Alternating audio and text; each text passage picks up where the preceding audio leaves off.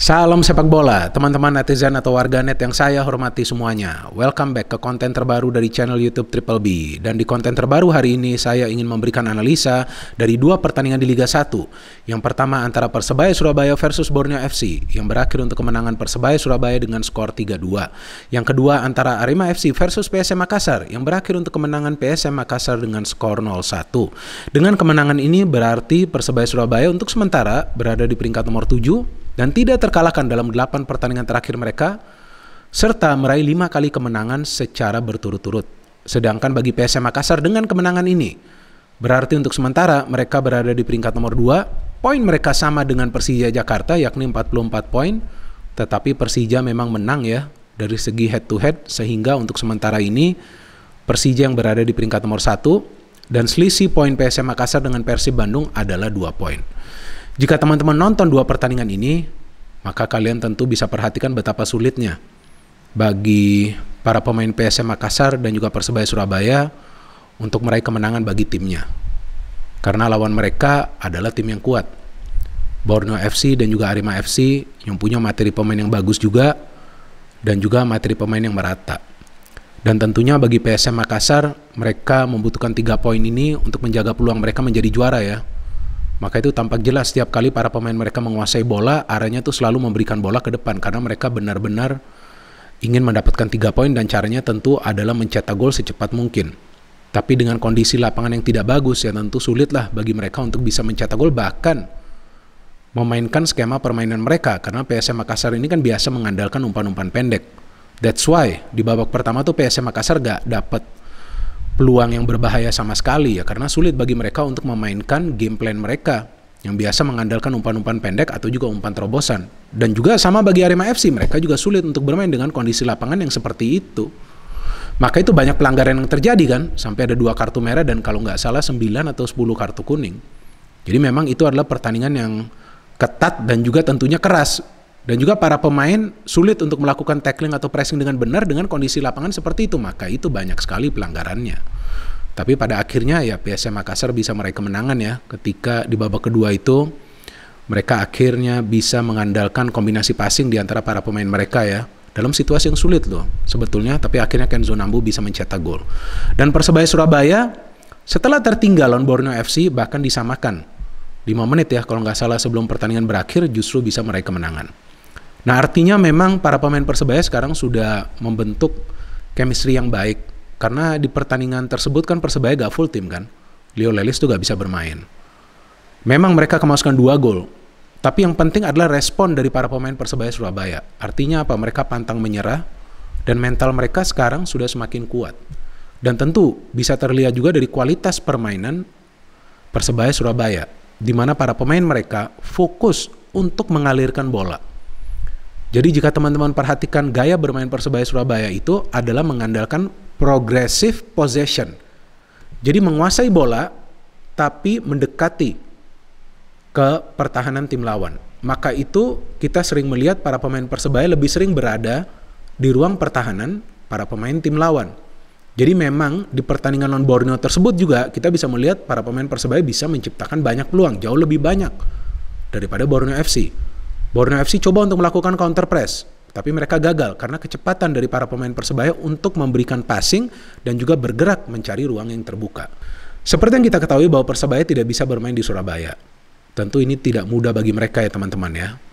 Tapi tampaknya gak ada masalah juga bagi para pemain Persebaya Surabaya mau main dimanapun. Ya karena mereka bisa memahami konsep permainan dari pelatih mereka Coach Aji Santoso.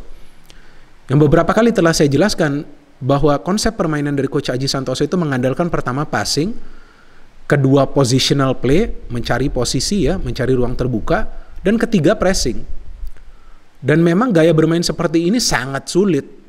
Maka itu para pemain dari Persebaya yang baru membutuhkan waktu untuk bisa memahami game plan dari Coach Aji Santoso. Maka itu baru sekarang Persebaya Surabaya ini panas. Tapi sekarang ketika mereka sudah panas, nah tampak mereka sulit dikalahkan. Kenapa? Mau dicetak berapa gol pun tampaknya mereka bisa respon. Nah responnya dengan cara apa? Bukan bermain kasar, tapi bermain indah. Nah ini sesuatu yang unik nih di Liga 1 nih teman-teman.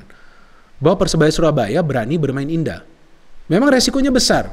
Apa resikonya besar? Dengan bermain indah, bermain dengan progressive possession, bermain dengan progressive passing, bermain dengan kombinasi passing, tentu akan bermain mengandalkan garis pertahanan yang tinggi.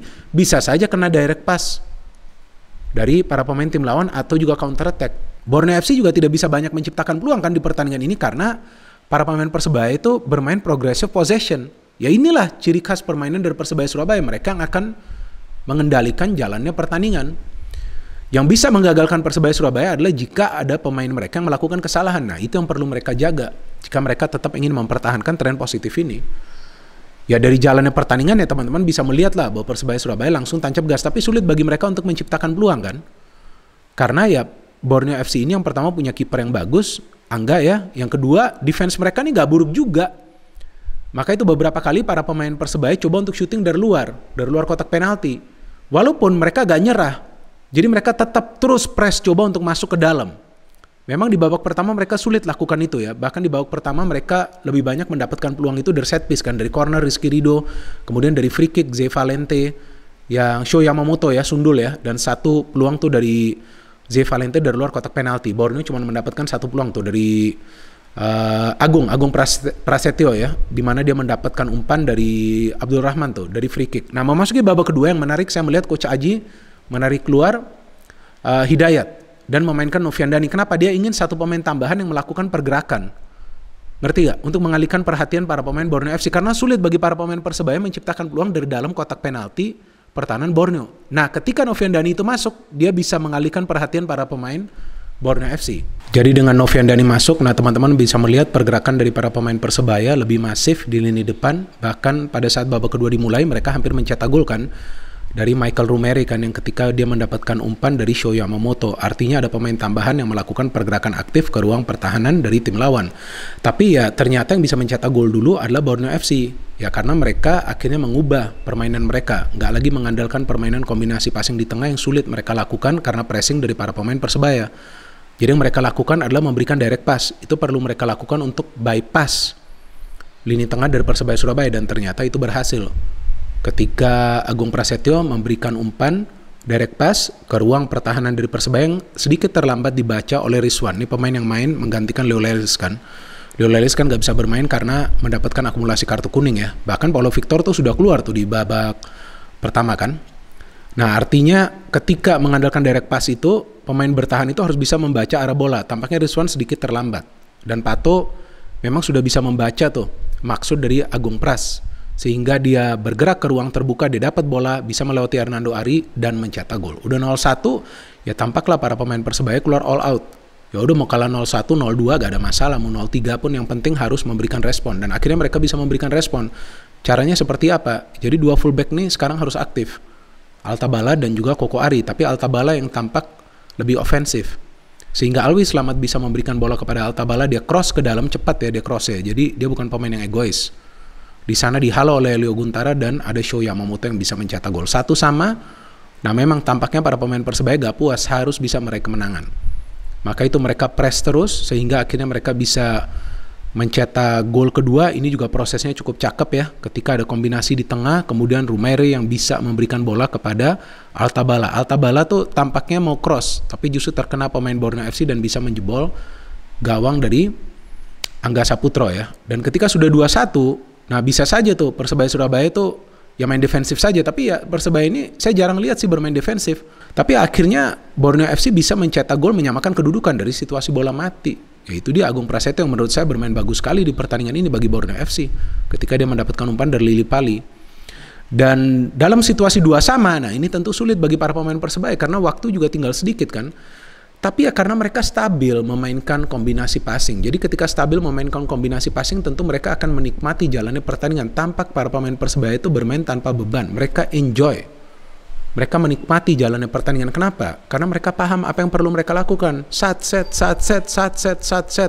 Kasih umpan ke kanan, kasih umpan ke kiri, kasih umpan terobosan. Dan akhirnya ketika Zé Valente bisa memberikan umpan daerah, nah di sana ada Sho Yamamoto yang memberikan flick kepada siapa? Novian Dhani, memberikan umpan sontekan kepada Novian Dhani yang bisa mencetak the winning goal bagi Persebaya Surabaya. Apa yang bisa kita pelajarin dari pertandingan Persebaya Surabaya bahwa para pemain tidak menyerah dan mereka hanya fokus dalam rencana permainan dari pelatihnya, main passing, cari ruang, main pressing, menyulitkan para pemain tim lawan untuk bergerak, main dengan energi tinggi untuk bisa menggagalkan Borneo FC mendapatkan poin, dan akhirnya mereka bisa menang 5 kali secara berturut-turut. Teman-teman, ini gak mudah.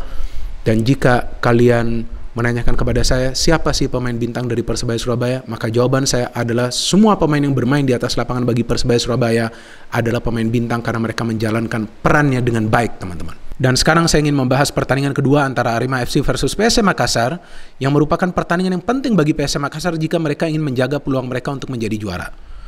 Dan situasi serta kondisinya tentu tidak mudah bagi PSM Makassar. Karena yang pertama, mereka berhadapan dengan tim yang kuat, walaupun Arema FC lagi sulit meraih kemenangan, tapi materi pemain mereka bagus dan merata, serta mereka bermain di lapangan yang kondisinya tidak bagus. Tentu itu sulit bagi para pemain PSM Makassar dan juga para pemain Arema FC untuk memainkan konsep permainan mereka, mengandalkan umpan-umpan pendek atau juga umpan terobosan. Maka itu di babak pertama minim peluang, teman-teman. Bahkan dari PSM Makassar gak ada peluang yang berbahaya. Gimana mau menciptakan peluang yang berbahaya ketika passing itu gak jalan? Karena kondisi lapangannya gak bagus. Maka itu banyak pelanggaran juga yang dilakukan oleh para pemain dari kedua tim. Karena pressing-pressing mereka tuh gak bisa bagus. Perhitungannya mungkin sudah benar, tapi karena kondisi lapangan seperti itu, ya membuat para pemain juga kehilangan keseimbangan ketika melakukan pressing. Ya, tapi pada akhirnya PSM Makassar bisa meraih kemenangan. Caranya seperti apa? Caranya adalah untuk fokus mencari celah di ruang pertahanan tim lawan, dan itu sebetulnya juga dilakukan oleh para pemain Arema FC. Jadi mau tidak mau dengan kondisi lapangan seperti itu, mereka harus bermain long ball. Nah, bermain long ball ini tidak mudah, teman-teman, ketika para pemain dari kedua tim ini tidak punya kemampuan untuk mencari ruang terbuka. Karena dua tim ini kan bermain dengan pressing ya, jadi mereka menutup area pressingnya. Nah, tentu sulit bagi para pemain kedua tim mendapatkan ruang. Maka itu gak banyak peluang yang bisa mereka ciptakan secara keseluruhan di pertandingan ini. Nah, cuman yang membedakan PSM Makassar dengan Arema FC adalah tenaga para pemain dari PSM Makassar yang berkali-kali saya katakan mereka selalu bermain dengan high level of energy, high tempo. Main kencang terus, mirip lah seperti Persija Jakarta. Dan juga mereka punya banyak pemain muda dan juga punya banyak pemain di bangku cadangan yang bisa memberikan perubahan. Seperti Rashid Bakri itu yang masuk, dia memberikan perubahan luar biasa itu. Dia nge-press terus para pemain Arema FC di tengah. Dan ketika keadaan semakin sulit bagi PSM Makassar karena mereka bermain dengan 10 pemain, justru mereka pintar.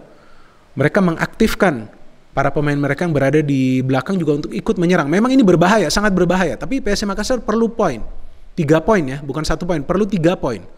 Jadi para pemain mereka tampak lebih aktif menyerang, mencari ruang yang terbuka, mengandalkan umpan-umpan terobosan. Nah, teman-teman bisa melihat ketika Yance memberikan umpan terobosan 1 sekali kepada William Jan Ploem, hampir dia mencetak gol. Dia flick itu bola bisa di-save oleh Maringa. Dan kedua kali ketika Everton mendapatkan umpan, dia bergerak secara individu, ternyata bola lepas dari dia, tapi Kenzo Nambu yang bisa menyelesaikan peluang tersebut.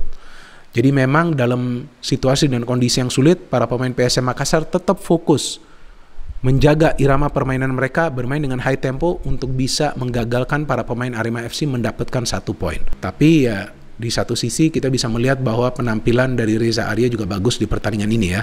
So itu dia teman-teman, Persebaya menang, PSM menang, tentu akan semakin menarik persaingan di papan atas Liga 1 karena PSM sekarang poinnya sama dengan Persija Jakarta dan selisih poinnya dengan Persib Bandung adalah 2 poin, dan jika Persib menang artinya Persib nanti juga akan berada di atas mereka ya dengan selisih 1 poin.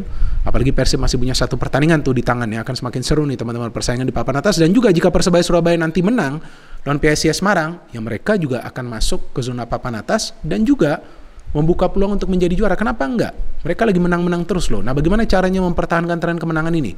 Ya para pemain harus bisa fokus terus di setiap pertandingan mereka. PSM Makassar ketika kesulitan, lihat coach mereka, Bernardo Tavares, yang diberikan perpanjangan kontrak kan, melakukan perubahan, memainkan Rashid Bakri, akhirnya berubah kan permainan dari PSM Makassar. Maka itu yang berkali-kali saya katakan peran dari pelatih ini sangat penting. Karena pelatih itu yang punya konsep permainan untuk bisa mengubah permainan dari sebuah tim, yang sekarang dilakukan oleh banyak sekali pelatih di Liga 1 teman-teman. Kita tunggu persaingan di antara tim-tim lainnya di Liga 1 ya. Sambil juga kita menikmati malam minggu ini teman-teman. No hate, no politics, only football. Salam sepak bola.